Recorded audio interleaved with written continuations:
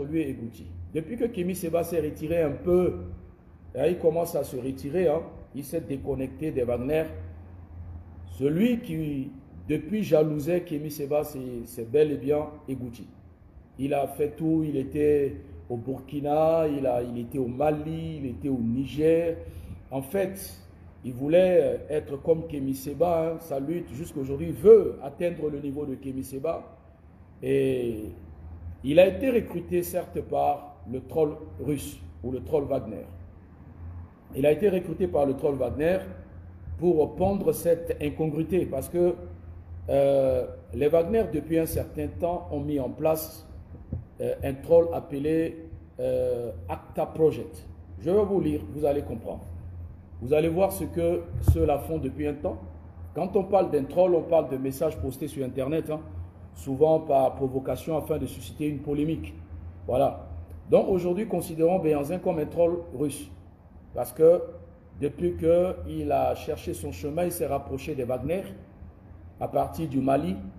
Alors il a abandonné le combat contre Kémy Séba. Il est en train de faire pour lui. Rappelez-vous, récemment, il fut un temps ici, il a signalé la présence des mercenaires français au Togo pour aller renverser Ibé Traoré.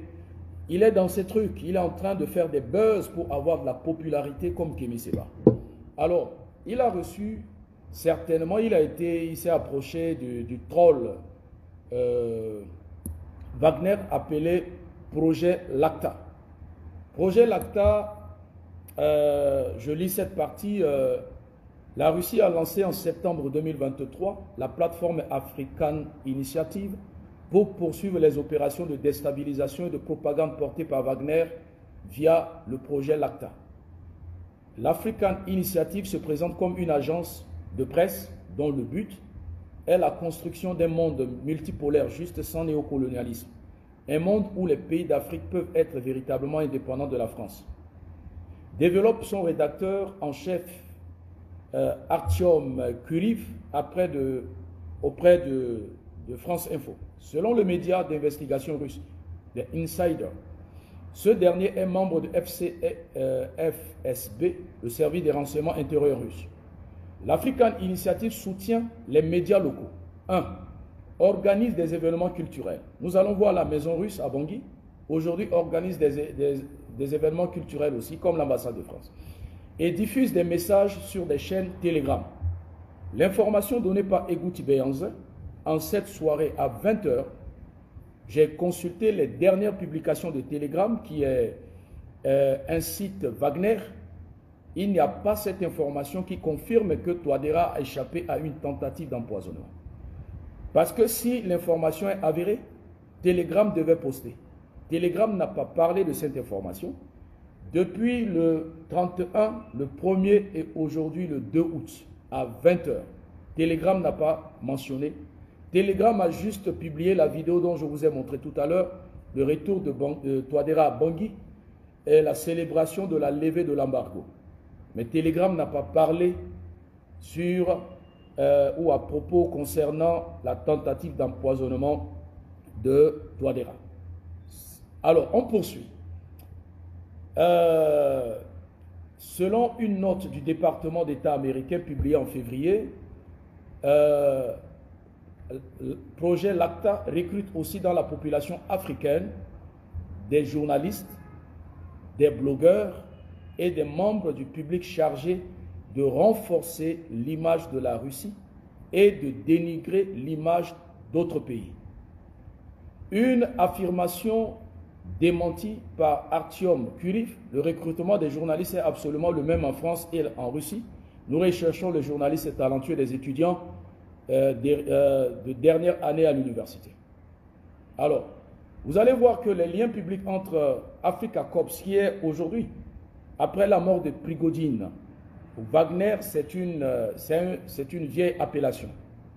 Poutine a changé le nom de Wagner. Aujourd'hui, ce n'est plus Wagner, c'est Africa Corps. C'est pour Africa Corps. Hein? Alors, et le gouvernement russe risque en revanche de signer la fin du déni plausible qui prévalait pour Wagner, reprend pliqua en niant tout lien avec l'organisation, le Kremlin pouvait rejeter toute responsabilité pour les exactions commises par ses membres.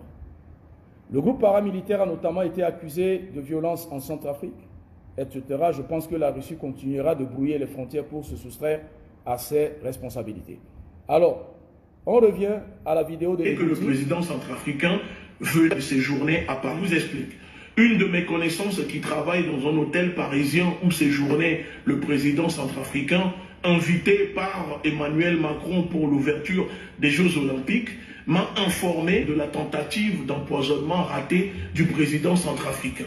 La personne m'a dit qu'elle avait été témoin de l'agitation qui se déroulait dans l'hôtel. Le service de sécurité très agité avait appelé des médecins qui sont arrivés sur les lieux. Et on a constaté que le président centrafricain venait de faire un malaise après avoir bu dans son verre. Alors quand j'apprends la nouvelle, je suis étonné parce que je constate que l'information n'est pas sortie et que personne n'en parle. Alors je suis allé me renseigner auprès de quelques personnes proches du président centrafricain pour tenter d'avoir plus d'informations. Je suis en train de partager cela avec vous et j'espère maintenant que vous allez faire ce qu'il faut pour partager cette vidéo. D'après les médecins, il est clair que le président centrafricain a échappé à une tentative d'empoisonnement. Et la santé du dirigeant centrafricain n'est plus menacée selon ses proches. Je pose la question, pourquoi la France aurait-elle tenté d'empoisonner le dirigeant centrafricain?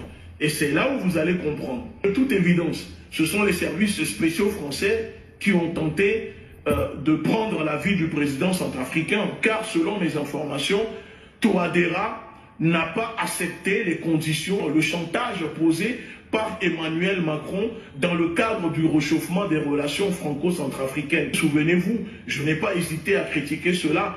Paris avait repris l'aide budgétaire à l'État centrafricain à hauteur de 10 millions d'euros et a facilité la levée de l'embargo sur les armes centrafricaines. Cependant, Macron avait exigé à Touadéra que la République centrafricaine puisse mettre fin à sa coopération, à ses relations avec la Russie et retirer les spécialistes russes en Centrafrique qui permettent et qui aident l'armée centrafricaine à sécuriser la Centrafrique depuis 10 ans. Parce que vous le savez, pour l'impérialisme français, il est hors de question d'être avec eux et en même temps avec la Russie. Soit vous êtes leurs serviteurs, vous êtes esclaves et vous les servez, mais vous ne pouvez pas manger à plusieurs tables. Alors, on comprend pourquoi, étant donné que Touadéra décide de faire entre les deux, c'est-à-dire la Russie et la France, alors les services secrets ont tenté de l'empoisonner, sûrement pour le remplacer par une autre personne. Parce que le refus de Touadéra... Maintenant, j'avance pour conclure. Il a parlé des malaises. Premier niveau, premier degré. Le malaise peut... D'abord, tout être humain peut faire des malaises. Je ne suis pas en train de l'insulter, hein, mais vous savez que Touadéra consomme aussi le vieux pape. C'est une expression. Peut-être dans l'avion ou lors de son passage, je ne sais pas s'il a fait un vol direct Bangui-Paris ou Bangui-Bruxelles et Paris, il a dû consommer, il a pris son vieux pape. Donc, ça peut être à conséquence d'une gueule de bois. Ça, c'est la première hypothèse. Je dis bien hypothèse. Il a plu le jour de l'ouverture. Ça peut, comme je vois Florency, ça peut être un changement climatique, la chaleur, etc. Tu peux bien dormir la nuit, tu te réveilles le matin, tu prends un verre d'eau et puis tu fais des malaises.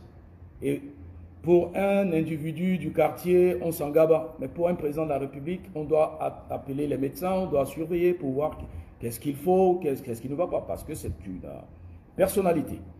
Alors, ça peut être le trajet du voyage, etc. À peu près. Alors, ça, c'est la première hypothèse. Mais maintenant, revenons à la déclaration de Egouti Béhanzin. Il a affirmé, hein, il ne nous a pas présenté les preuves. Il a dit que ce sont les services de renseignement français qui ont tenté d'empoisonner Touadéra. Il a confirmé dans ses propos. Mes bien-aimés peuples centrafricains et mes amis africains,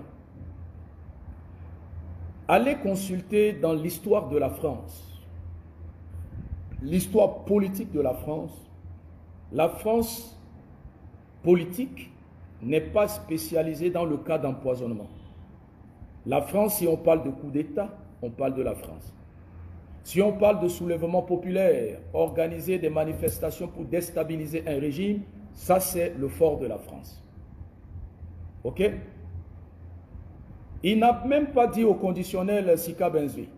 Dans son introduction, il a parlé au conditionnel. Il a dit que le président Touadéra aurait été empoisonné. Mais après, il a clairement salutation révolutionnaire, une information très grave à partager avec vous. Le président centrafricain aurait échappé à une tentative d'empoisonnement. Au début, il a utilisé le conditionnel, il a parlé au conditionnel. Le président centrafricain aurait été a échappé à voilà, une tentative d'empoisonnement, etc.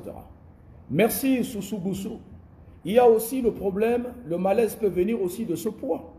Parce que Touadéra, il a un peu de surpoids. C'est pour cette raison, chaque samedi, il fait Kwati Kodrodi Dengon, mais il faudrait le commencer sa sport et puis le réduire au moins à Kobelo. Donc le poids aussi, Konongo avec ventre, tout ça, la Mokono, ça peut aussi, long trajet avec tous ces tracas, arriver en France sous la chaleur, la canicule, tout ça, ça peut provoquer un malaise. Mais il a sauté le conditionnel pour maintenant affirmer que c'est le service de renseignement parce qu'il a touché quelques proches de Touadéra. Et vous savez, autour de Touadéra, il y a beaucoup de menteurs. Il y a des gens qui n'ont même pas accès réel à Touadéra. Il y a des gens qui utilisent seulement, peut-être ils connaissaient ou ils connaissent une personne auprès de Touadéra, mais ils vont te montrer que c'est eux qui causent directement avec Touadéra. J'appelle Touadéra, je change avec Touadéra. Je connais le milieu de MCU et l'entourage de Touadéra. Mon frère, mon fils, mon petit frère, Egouti Beyanza. Ils t'ont mis dans le pain, ils t'ont menti. L'entourage de Touadéra que tu es en contact avec eux là, ce n'est pas le vrai entourage de Touadéra. C'est des gens qui se sont autoproclamés proches, intimes de Touadéra. Ah oui, je te dis la vérité. Tout le monde aujourd'hui, s'il est dans MCU, il est dans un coin, il va te dire non, je viens d'échanger avec le président. Tout le monde parle avec Touadéra, tout le monde est proche de Touadéra. Ils vont te donner des fausses informations. Bon, ça c'est un. Maintenant, la deuxième hypothèse, admettons que cette tentative d'empoisonnement est avérée. Je disais tout à l'heure que la France, dans son histoire, n'a pas... La France ne connaît pas l'empoisonnement. La France, c'est le coup d'État. La France, c'est de pousser les leaders, de la société civile, des soulèvements populaires, comme ils ont fait au Burkina pour faire partir Blaise Compaoré. La France, spécialisée dans le coup d'État. Aujourd'hui, faire le coup d'État, la France, est difficile. La France ne connaît pas le poison. Mais le pays spécialisé dans l'empoisonnement, en Europe et dans le monde, c'est la Russie. Récemment avec le défunt Navalny, si je prononce bien son nom, Florent Siclès. Vous comprenez? Empoisonnement des opposants russes. On va vérifier.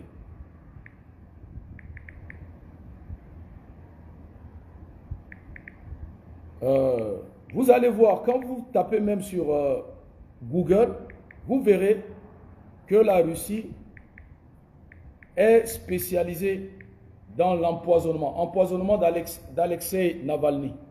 Empoisonnement. La Russie,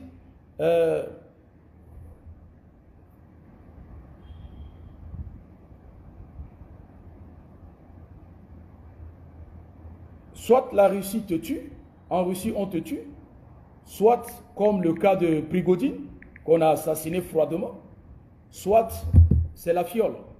Et la Russie est spécialiste d'empoisonnement.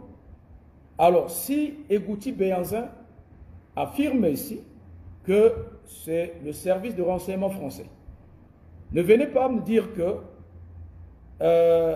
le service de renseignement français m'a acheté. Ne cherchez pas à dire que non, je cherche la faveur de la France. Je suis en train